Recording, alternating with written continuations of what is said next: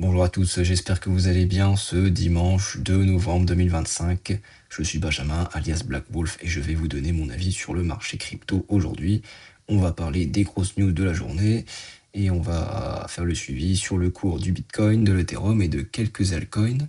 Il y aura en particulier Tao Bitensor qui commence vraiment à bien s'orienter.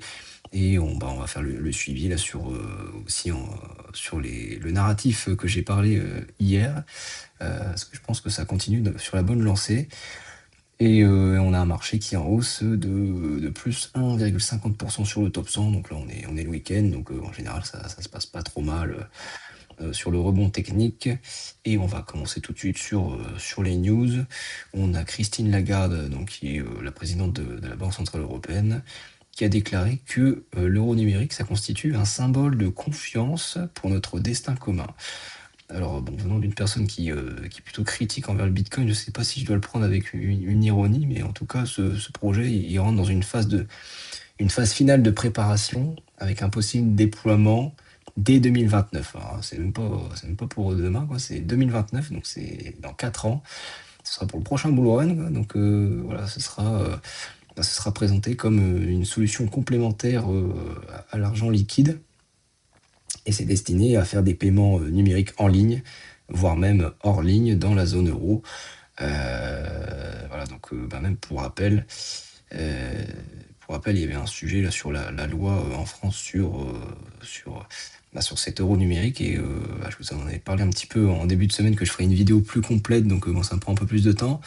Donc je vais plutôt la sortir le week-end prochain, donc ça avance bien, mais c'est un sujet qui est assez dense, donc je vais parler du contexte mondial, je vais parler de ce que ça implique, quel est le contenu de la loi, et qu'est-ce que ça va apporter à nous, pour chacun d'entre nous au quotidien, parce qu'il faut savoir que là, sur les épargnes en crypto, les Français ils possèdent 20 milliards de dollars. Donc c'est des 20 milliards qui sont un peu bloqués parce que si vous les utilisez au quotidien, vous payez de l'impôt, quoi. Vous payez la flat tax à 30%, voire bientôt à plus de 31% là, avec la prochaine loi. Donc ça pourrait libérer les énergies et d'adopter une loi plus favorable. Donc là, je vais en parler dans la vidéo que je vais sortir, un long format de 15-20 minutes. Donc n'hésitez pas à vous abonner pour ne pas la louper, mais je vous tiendrai informé dans le courant de la semaine prochaine. Mais il faut savoir que c'est un sujet qui serait valorisant pour la France et pour sa population. Ensuite, j'ai un autre article là, qui parle, bon là c'est un peu plus technique, ça va parler de la DeFi. On parle du Maximal Extractable Value, donc le MEV en français, si tu vas faire l'acronyme. Et ça explique l'entrée des institutionnels sur la DeFi, parce qu'il pourrait y avoir des difficultés au niveau de la validation des blocs, parce que ceux qui valident les blocs, ils peuvent réordonner, insérer ou même censurer des transactions. Et ça dissuade les institutions de participer à la DeFi en raison de ce manque de confidentialité et du risque de manipulation par rapport à ces changements. Et en conséquence, l'absence de participation des institutionnels, ça affecte tout l'écosystème DeFi parce qu'on a, pour le coup, on a moins de liquidité, on a une plus forte volatilité et ça fait comme une taxe cachée pour l'utilisateur particulier. Et c'est un phénomène, là, le MEV, c'est un phénomène qui est bien documenté. Il y a plusieurs recherches académiques qui sont sur le sujet et ça constitue une vraie fragilité pour les protocoles de DeFi. Et, euh, et tout ça pour dire que ça limite les entrées de capitaux et ça retarde potentiellement la maturation de la finance décentralisée. Et pour contourner le problème, ça rejoint les vidéos j'en parlais hier. On va plutôt chercher des solutions de confidentialité. Parce que ça aurait au moins l'avantage euh, ça aurait cet avantage en termes d'infrastructure, d'être plus adapté sur ces transactions. Ensuite, j'ai un autre article sur Solana où on a une rotation des capitaux qui se font entre les ETF Bitcoin, Ethereum.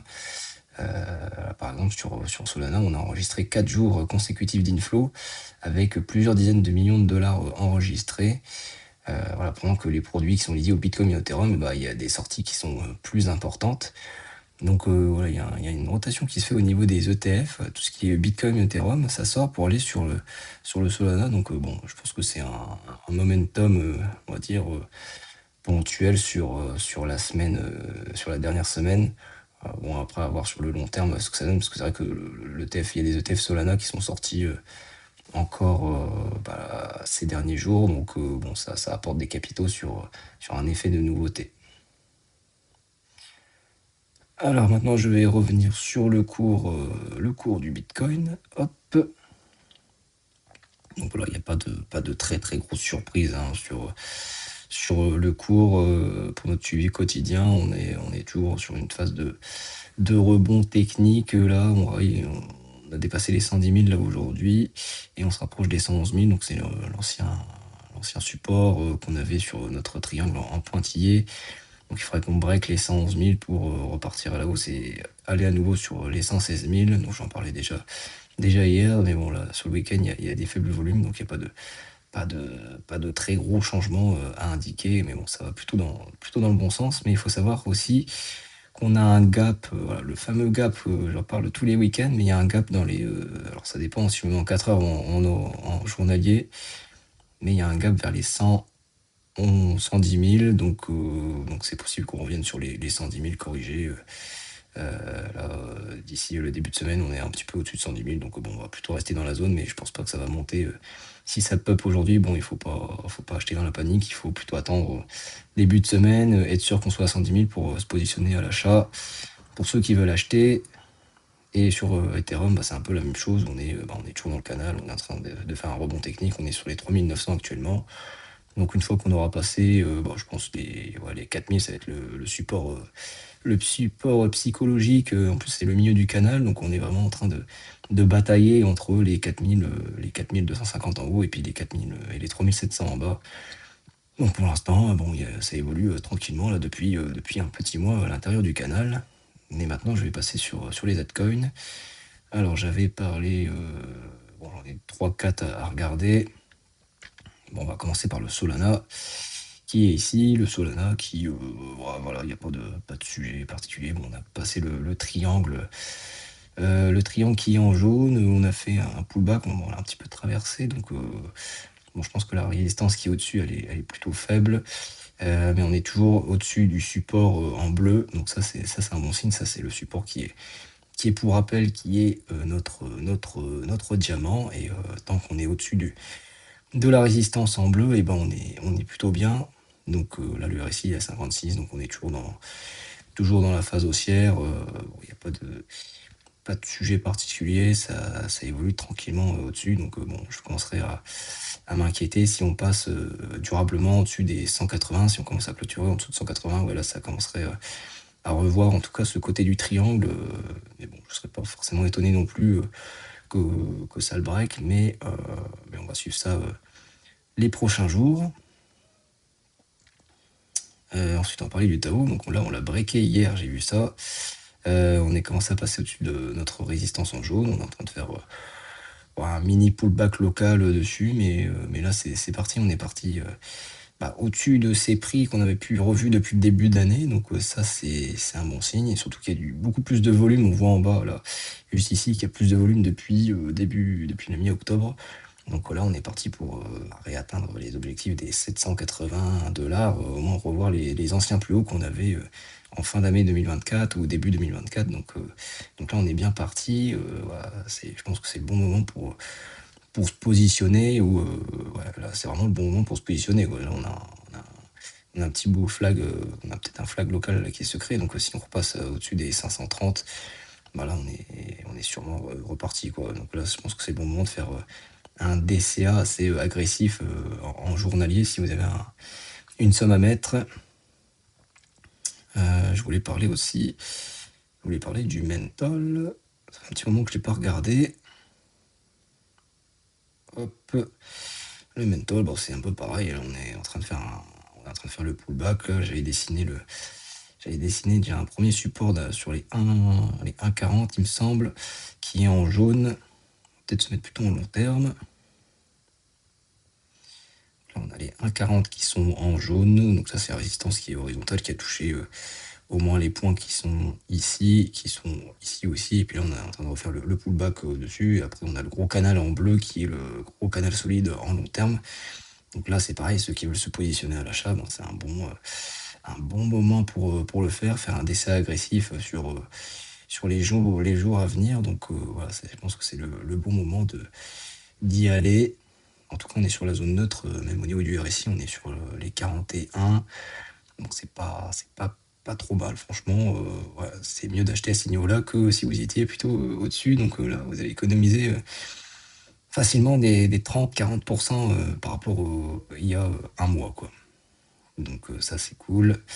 Et je vais finir par refaire un petit revue sur le Dash que j'ai parlé hier, qui était en retard.